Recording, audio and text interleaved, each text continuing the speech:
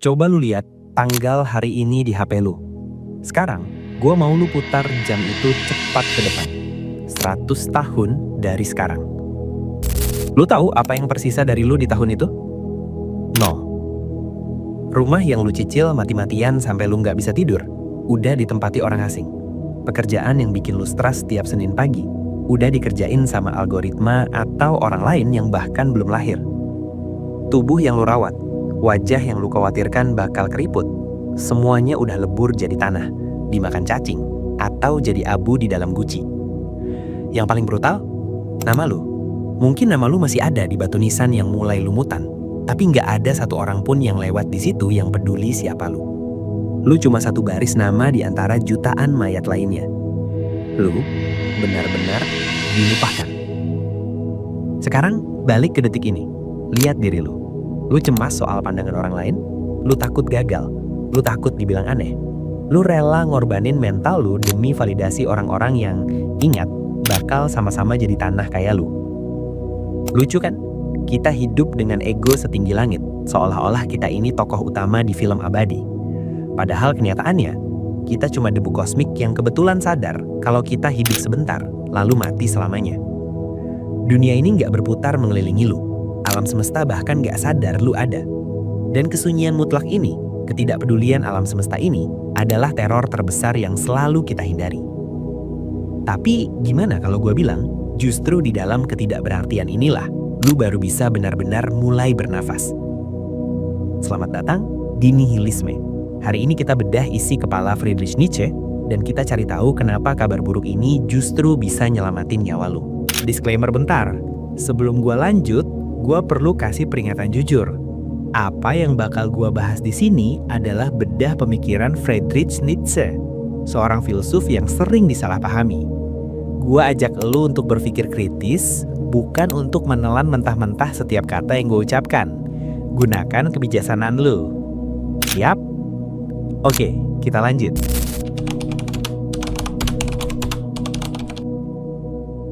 Nietzsche pernah teriak kalimat yang paling kontroversial sepanjang sejarah filsafat.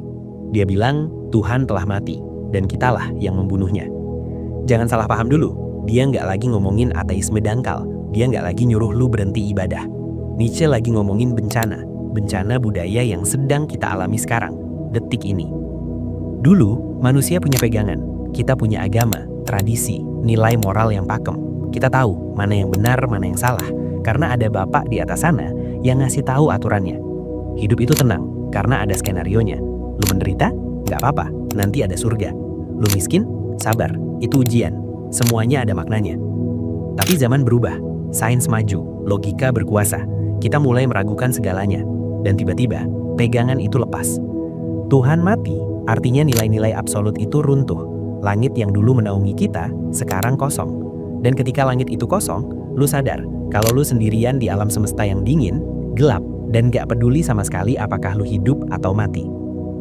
Ini yang bikin lu gelisah tiap malam. Lu sadar kalau gak ada makna bawaan dari lahir. Alam semesta gak berhutang penjelasan sama lu. Lu lahir, lu menderita, lu mati. Titik. Gak ada narasi besar yang ngejagain lu.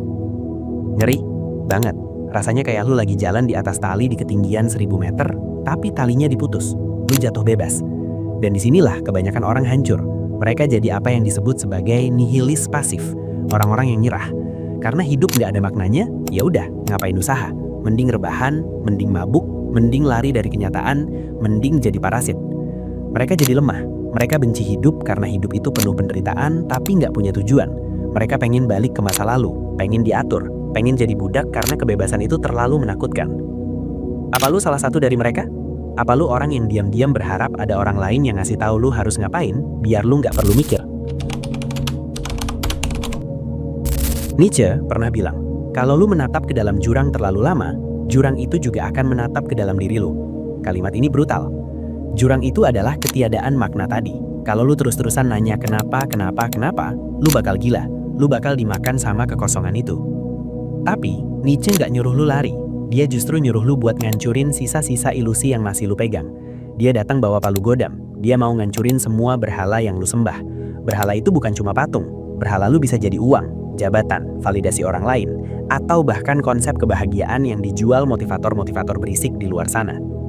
Lu pikir lu bakal bahagia kalau udah dapat promosi? Bohong. Lu pikir lu bakal tenang kalau udah nikah? Belum tentu. Itu semua cuma penenang rasa sakit sementara. Nietzsche mau lu telanjang. Dia mau lu berdiri di tengah badai tanpa baju zirah. Dia mau lu ngaku kalau hidup ini emang pada dasarnya tragis. Hidup itu menderita. Hidup itu eksploitasi, penaklukan, dan rasa sakit. Brutal ya bahasanya. Tapi coba lu rasain. Ada kejujuran yang melegakan di situ. Nietzsche nggak nyual mimpi manis. Dia nggak bilang semua akan indah pada waktunya. Dia bilang, semuanya mungkin akan hancur, dan lu harus siap. Selama lu masih nyari makna dari luar, dari persetujuan orang tua, dari likes di Instagram, dari standar masyarakat, lu adalah budak. Lu cuma domba yang ikut kawanannya ke jurang. Lu nggak hidup, lu cuma ada. Gua tanya sama lu sekarang, berapa persen dari keputusan hidup lu yang benar-benar murni keinginan lu sendiri? Atau jangan-jangan lu cuma ngejalanin skrip yang ditulis orang lain? Lu sekolah jurusan itu karena disuruh siapa? Lu kerja di situ karena butuh uang atau karena suka? Lu nikah karena cinta atau karena takut ditanya kapan kawin? Sakit kan jawabnya?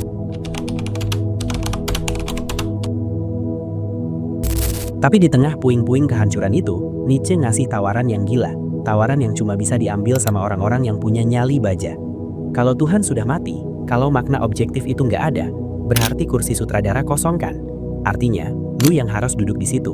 Ini adalah transisi dari nihilis pasif, si pecundang yang nyerah, menjadi nihilis aktif. Nihilis aktif adalah orang yang sadar kalau hidup nggak ada maknanya, jadi dia menghancurkan kertas kosong itu dan menciptakan maknanya sendiri. Nietzsche menyebut ini sebagai Übermensch, manusia unggul, bukan manusia super yang bisa terbang kayak di komik, tapi manusia yang melampaui dirinya sendiri, manusia yang bisa menaklukkan rasa takutnya, rasa malasnya, dan hasratnya buat jadi nyaman. Lu bukan dikirim ke dunia untuk menemukan diri lu di sini untuk menciptakan diri lu. Paham bedanya? Menemukan itu pasif, seolah-olah jati diri lu udah ada di bawah batu dan lu tinggal angkat. Menciptakan itu aktif, menciptakan itu berdarah-darah, menciptakan itu kayak memahat satung dari batu marmer yang keras. Lu adalah senimannya, tapi lu juga patungnya. Untuk jadi indah, lu harus rela dipukul, dipahat, dibuang bagian-bagian yang gak perlu, dan itu sakit. Proses pendewasaan, proses menjadi diri sendiri yang otentik, itu proses yang menyakitkan. Lu harus membunuh diri lu yang lama, supaya diri lu yang baru bisa lahir. Lu harus berhenti jadi domba, lu harus jadi singa. Singa yang berani bilang tidak pada aturan-aturan basi yang gak masuk akal. Dan akhirnya, lu harus jadi seperti anak kecil. Kenapa anak kecil? Karena anak kecil itu main. Dia menciptakan dunianya sendiri dengan polos. Dia jatuh, dia nangis, terus dia bangun lagi dan ketawa. Dia nggak dendam sama masa lalu. Dia hidup sepenuhnya di masa sekarang. Dia bilang iya pada hidup. Inilah tantangan terbesar Nietzsche buat lu. Bisakah lu menjadi tuan bagi diri lu sendiri? Bisakah lu menetapkan nilai lu sendiri tanpa peduli dunia setuju atau enggak?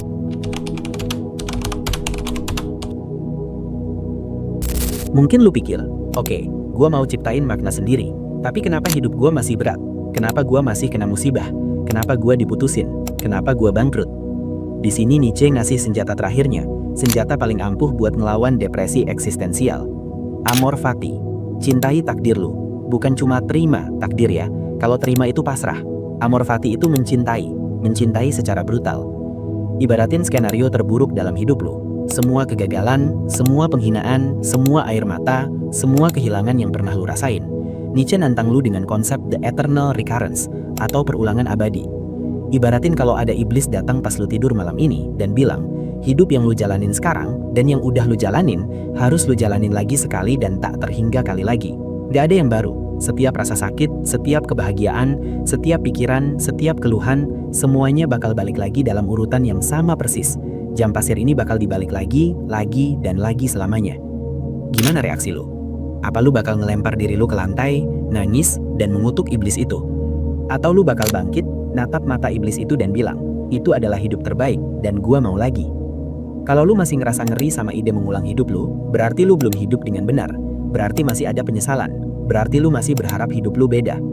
Amor fati itu mentalitas seorang pejuang. Lu nggak cuma nerima yang enak-enak. Lu meluk penderitaan lu. Lu anggap kegagalan lu sebagai bumbu yang bikin cerita lu epik. Lu nggak lari dari rasa sakit. Lu jadiin rasa sakit itu bahan fakar. Oh, gua dipecat. Bagus. Ini waktunya gua bangun bisnis. Oh, gua ditinggal nikah. Bagus. Ini waktunya gua fokus bentuk badan dan otak gua.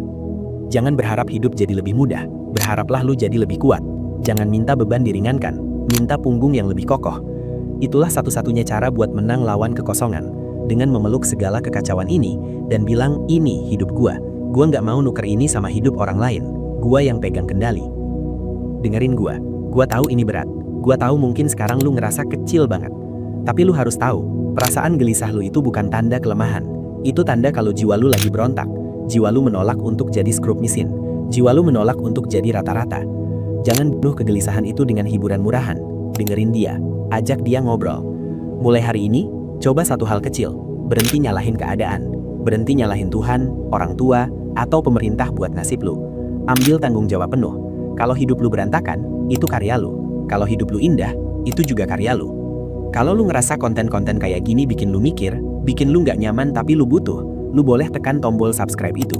Kita bakal sama-sama belajar menatap jurang di channel ini. Kita bakal bedah pemikiran-pemikiran yang nggak nyaman, biar kita nggak mati sebagai domba.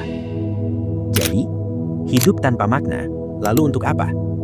Jawabannya nggak ada di video ini. Jawabannya nggak ada di buku Nietzsche. Jawabannya nggak ada di Google. Jawabannya ada di tangan lu sekarang, di apa yang bakal lu lakukan setelah layar ini mati. Apakah lu bakal balik tidur dan ngelupain semua ini? Atau lu bakal bangun, ngambil palu dan mulai memahat patung lu sendiri? Pilihan di tangan lu, karena pada akhirnya, gak ada yang peduli, selain lu sendiri. Dan seperti biasa, terima kasih. Semangat!